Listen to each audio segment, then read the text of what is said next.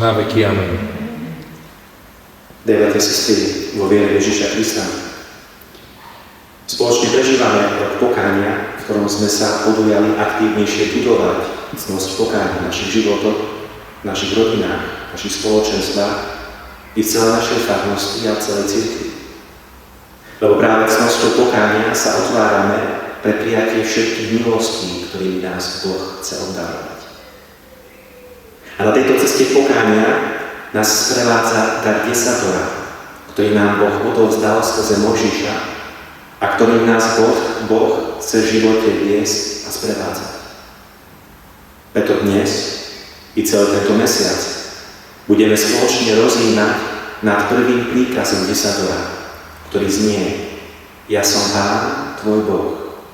Nebudeš mať iných bohov okrem mňa, ktorými si sa chválil.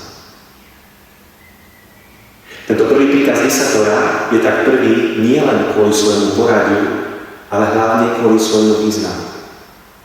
Lebo ako nám vysvetľujú mnohí duchovní otcovia, tento príkaz dáva zmysel a plné pochopenie každému jednému ďalšiemu príkazu desatora. Desatoro by sme tak istým spôsobom mohli vnímať nie ako 10 príkazov, ale ako jeden príkaz s 9 vysvetleniami. Prvý Boží príkaz nás totiž pozýva k tomu najdôležitejšiemu, a to k viere v Boha. Viera v Boha totiž na jednej strane znamená prijať ako pravdivé to, čo nám Boh zjavil skrze Sväté písmo a tradíciu. Viera je teda našou osobnou a živou odpoveďou na zjavenie Boha v dejinách sveta. Ale na druhej strane je viera aj akýmsi osobným primknutím sa k Bohu, dôverným zjednotením s osobou Boha. Naša viera tak nie je postavená na našich názoroch, pocitoch či myšlienkach, ale na verejnom a objektívnom zjavení Boha v dejinách sveta a na prijatí Boha ako svojho osobného Pána a Boha. A práve prvý Boží príkaz nám toto zjavenie Boha oznamuje a privádza nás k nemu. V prvom príkaze nás tak Boh volá, aby sme sa cnosťami viery, nádeje a lásky, o ktorých toto prvé prikázanie je, aby sme týmito cnosťami budovali vzťah so živým a pravým Bohom, ktorý v mene svojej lásky k nám chráni a pomáha nám chrániť našu slobodu. Lebo Boh nás pozýva k slobode od všetkého, čo nás môže zotročiť. Ale zároveň nás tento Boží príkaz pozýva aj k slobode od nás samých. Týmto Božím príkazom nám totiž Boh pripomína, že Boha nájdeme tým, že vystúpime zo seba, zo svojej komfortnej zóny, zo svojich zvykov a očakávaní. Boha nenájdeme v uzavretí sa do seba a pre seba, ale v otvorení sa a vo výjdení zo seba. A toto výjdenie zo seba sa v Ježišovom evanjeliu realizuje práve pozvaním k učeníctvu. Byť učeníkom Ježiša, kráčať za Ježiša, nasledovať Ježiša, napodobňovať ho, učiť sa z jeho života, je tak konkrétny spôsob, akým sa v nás realizuje prvý Boží príkaz. Nasledujúc Ježiša skrze prijatie jeho učeníctva si tak uvedomujeme, že Boh od nás nechce, aby sme boli dokonalí v zmysle bezchybní či bez ťažkostí, ale práve naopak.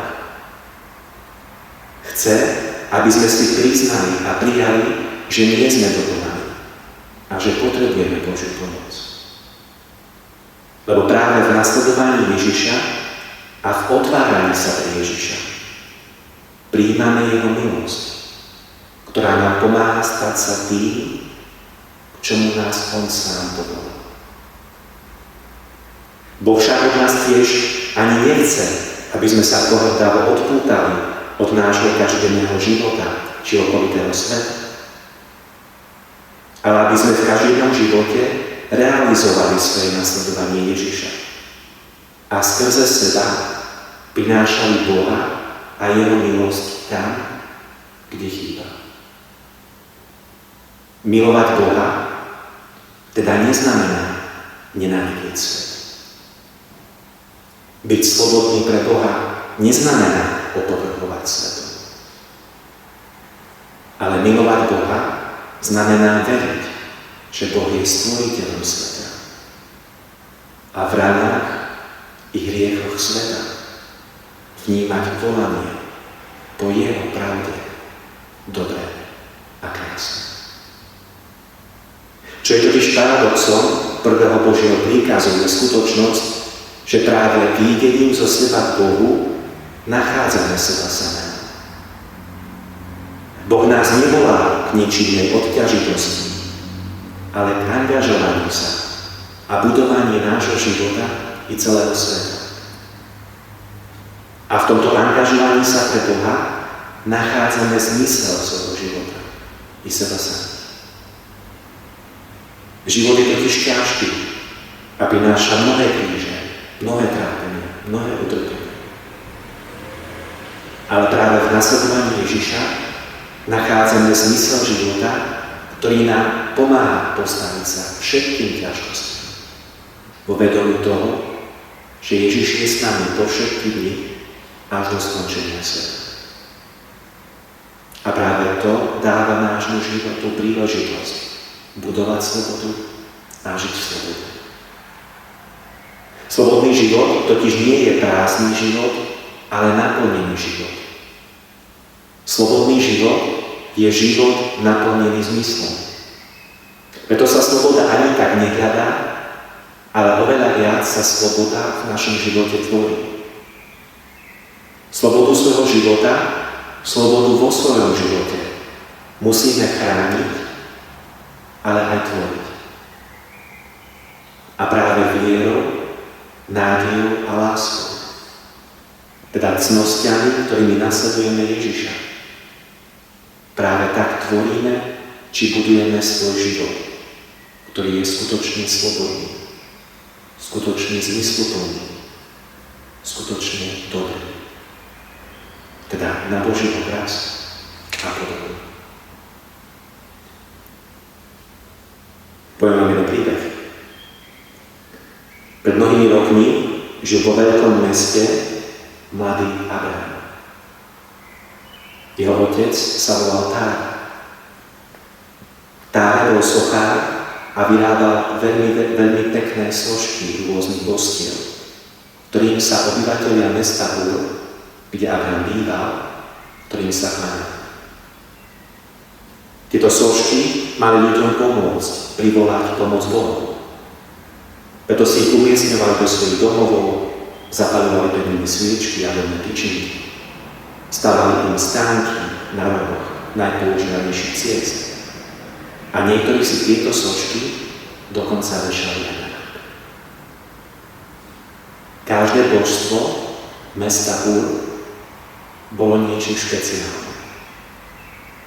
Jeden boh chránil pred bolesťou brucha, druhý pomáhal pri obchodovaní. Jeden pomáhal získať lásku, druhý pomstiť sa nepriateľovi, ďalší zosielal dážď, iný slnko. Mladý Abraham vychádzal každé ráno z domu s veľkým nápadom týchto posvetných sošiek a na námestí, kde sa konal trh, si rozložil stolík a sošky predával. Lenže Abraham bol veľmi zlý predávač. Neveril totiž tomu, čo predával. Ľudia sa tlačili pred jeho stolíkom s vyhľadnutými srdcami. Z Abrahama sa mohol stať boháč, keby chcel využiť ich bolesť a ich očakávanie. Lenže on jedného dňa začal na nás vysvetľovať, aký je jeho tovar zbytočný. Samé hlúposti kričal Abraham a sošky začal rozbíjať svojimi vlastnými rukami. Toto nie sú žiadni bohovia, je to len kameň, sádra či látka. Všetkých ich vyrobil môj otec. Kričal. A potom zašepkal. Ja chcem nájsť Boha, ktorý vyrobil môjho otca.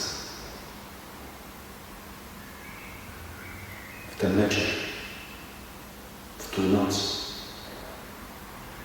Abraham začal vo svojom srdci hlas, ktorý mu hovoril: odíď zo svojej krajiny, od svojho príbuzenstva a zo svojho otcovského domu do krajiny, ktorú ti ukážem.